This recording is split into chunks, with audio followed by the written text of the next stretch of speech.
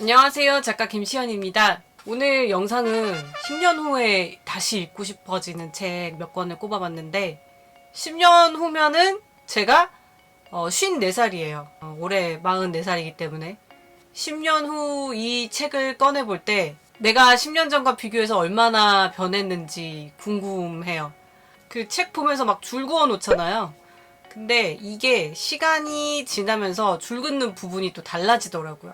그러니까 마음에 와 닿는 부분이 시간이 흐르면서 계속 달라지게 되는데 제가 10년 전에 읽은 책을 다시 읽었을 때 드는 생각은 그거였어요.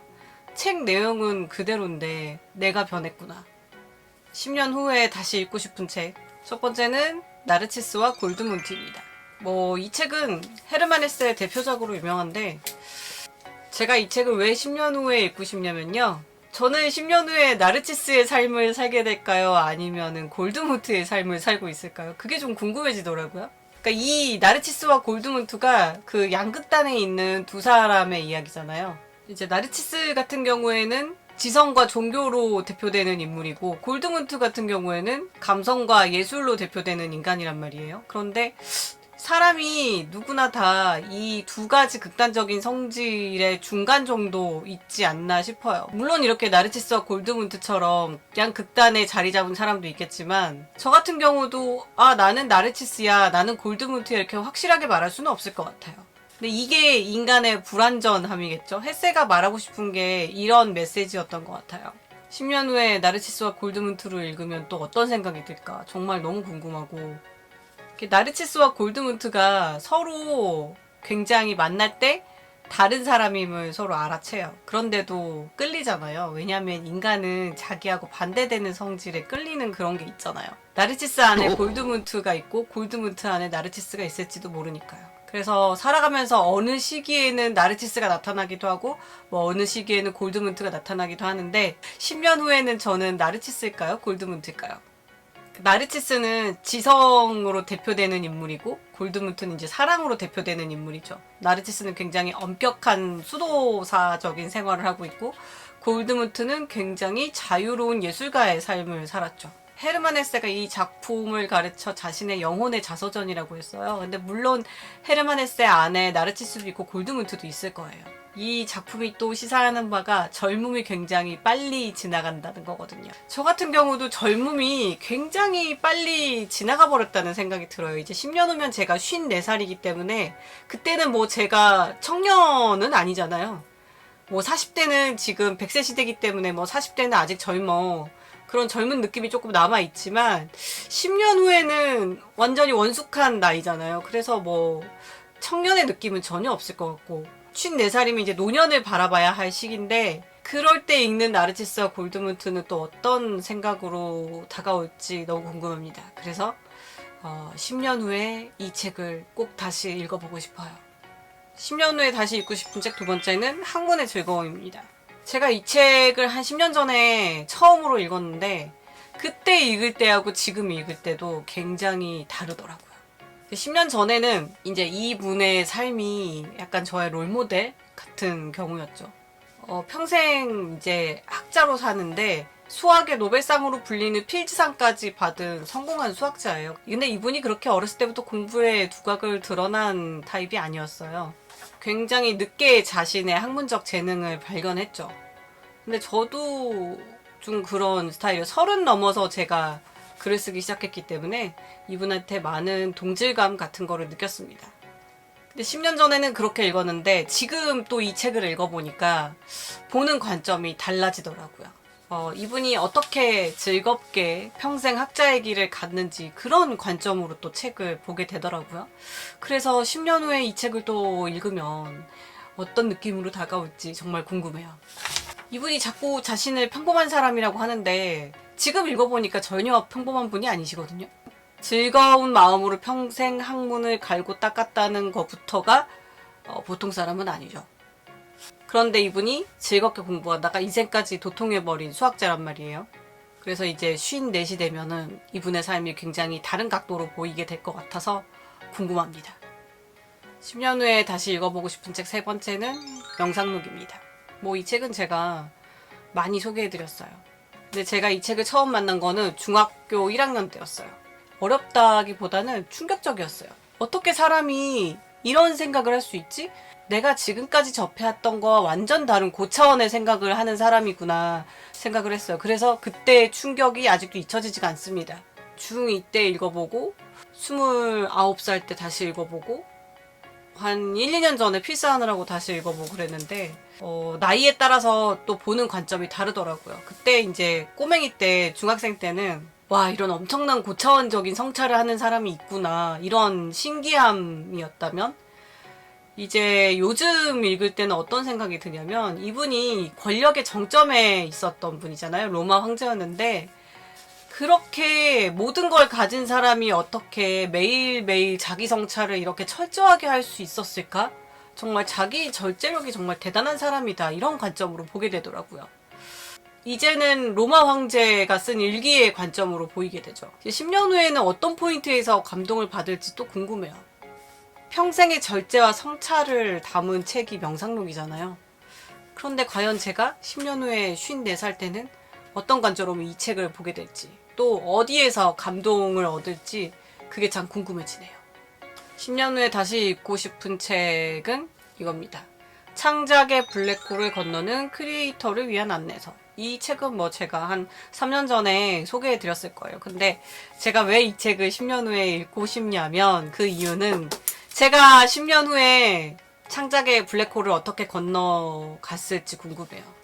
제가 이제 책을 6권을 썼잖아요. 근데 10년 후에는 몇 권의 책을 더 썼을지도 너무 궁금하고 그리고 그때도 창작이 지금만큼 조금 어렵게 다가갈지 그래서 이 책을 10년 후에도 다시 읽고 싶고 제가 이제 라이언 홀리데이를 좋아하기 때문에 저번 영상에서도 얘기했는데 라이언 홀리데이를 10년 후에도 여전히 좋아하고 있을지 그것도 궁금하고요. 이 책이 또 어떤 생각으로 저에게 다가올지도 궁금해요.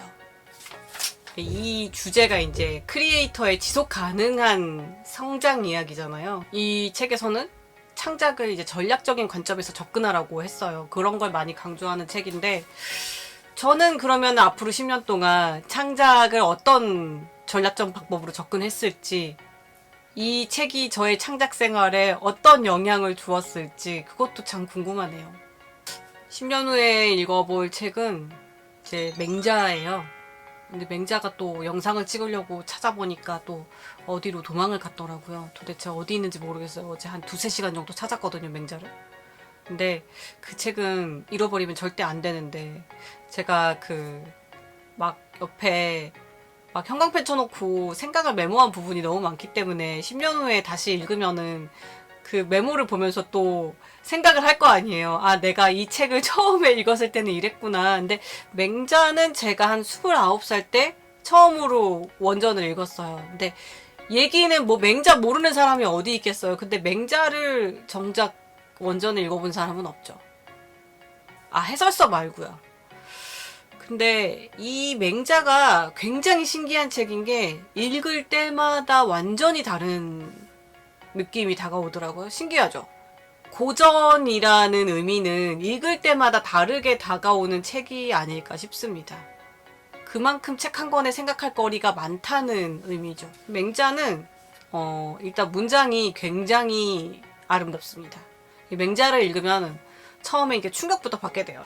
그리고 이제 정치 사상서이긴 한데 그래서 맹자가 읽을 때마다 좀 다르게 다가오는 게 아닐까. 정치 사상서이기 때문에 이렇게 시간이 흐르면서 정치적 상황도 계속 변하잖아요. 그래서 다르게 읽힐 수도 있다는 생각이 들고 그리고 이제 맹자 같은 경우에는 굉장히 묵직한 고전이기 때문에 나이가 좀 많이 들어서 읽을 때는 확실히 다를 것 같아요. 젊을 때 읽을 때하고는. 그리고 맹자가 이제 고전이다 보니까 인류의 보편적 가치를 담고 있단 말이에요. 그런데 그 보편적 가치도 다가오는 그런 크기가 다르더라고요. 젊었을 때, 어릴 때는 그런 보편적 가치가 가슴속 깊이 들어오지 않았어요. 최근에 또 맹자를 읽으니까 그런 보편적인 가치부터 문장이 가슴에 꽂히더라고요. 그러니까 이게 참 읽을 때마다 다른 느낌을 주는 맹자가 참 신기합니다. 개인의 인격 수양에 굉장히 많은 영향을 끼치는 책이라고 생각을 해요. 고난을 겪기 전에 읽었던 맹자하고 고난을 겪은 후 그러니까 고난을 극복한 후에 읽는 맹자가 아주 다릅니다. 그리고 이제 10년 후에 다시 읽고 싶은 책, 다음 책은 노인과 바다입니다. 노인과 바다도 고전이잖아요. 근데 희한하게 이 책도 읽을 때마다 달라요. 또 제가 처해 있는 상황에 따라서 많이 이 책이 다르게 느껴지겠죠? 그 노인과 바다를 처음 읽었을 때하고 지금하고 다른 점이 뭐냐면 해밍웨이가 굉장히 앞서간 사람이었다는 걸 느껴요. 그때 해밍웨이가 1940년대 후반에 쓴 걸로 알고 있어요. 근데 인간과 자연의 공존을 생각하고 있는 굉장히 친환경적인 책이었다는 생각이 들더라고요. 처음 이 노인과 바다를 읽었을 때는 별 감흥이 없었어요. 조금 성숙해지고 좀 중년에 가까운 나이에 접어드니까 이 노인이 왜 그랬는지 이 책이 좀 다르게 보이더라고요. 근데 해밍웨이도 이 책을 노년 시절에 집필을 했거든요. 그래서 10년 후에 제가 54살이 되면 또 다른 노인과 바다가 보일 것 같아서 굉장히 기대가 됩니다. 그리고 이제 제가 몰랐던 노인과 바다의 그 주인공 산티아고가 굉장히 성숙한 인물이더라고요. 어렸을 때는 그런 게 보이지가 않았어요. 이 노인은 대체 왜 이럴까? 좀 행동이 이해가 많이 안 갔거든요. 근데 지금 생각해보니까 이분이 이렇게 삶을 관조한 수준이구나라는 거를 느낄 수가 있겠더라고요.